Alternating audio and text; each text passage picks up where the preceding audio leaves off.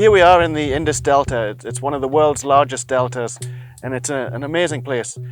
The Indus River has really been facing a lot of challenges with water extraction and dam construction upstream, and that's had an impact all the way through the system, including a decline in sediment supply to coastal areas. But even with all of that going on, here down in the Delta, there are amazing activities in terms of mangrove restoration that's occurring. The forest agencies here have, over the last 30 years, planted and restored mangroves, which is an amazing achievement.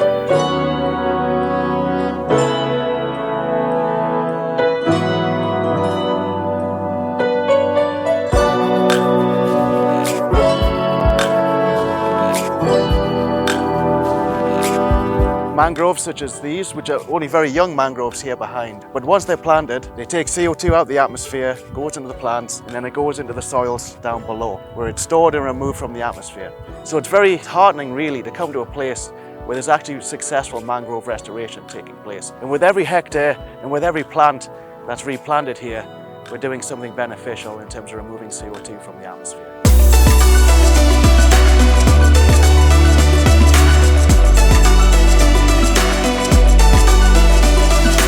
We have implemented several schemes under World Bank scheme. This particular area, we have just seen that about 30 or 28 years old Rhizophora macronata plants are there.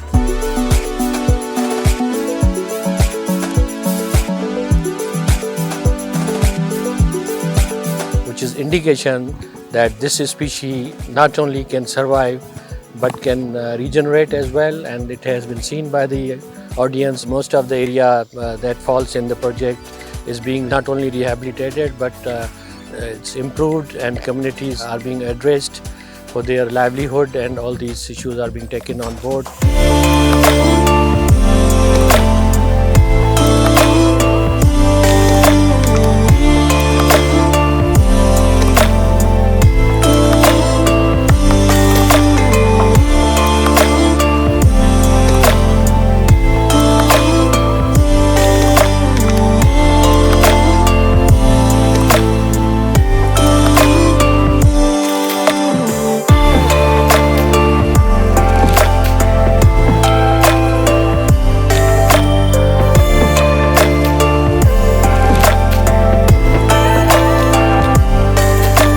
The project is working on developing the socio-economic aspects and the livelihood conditions of the local communities.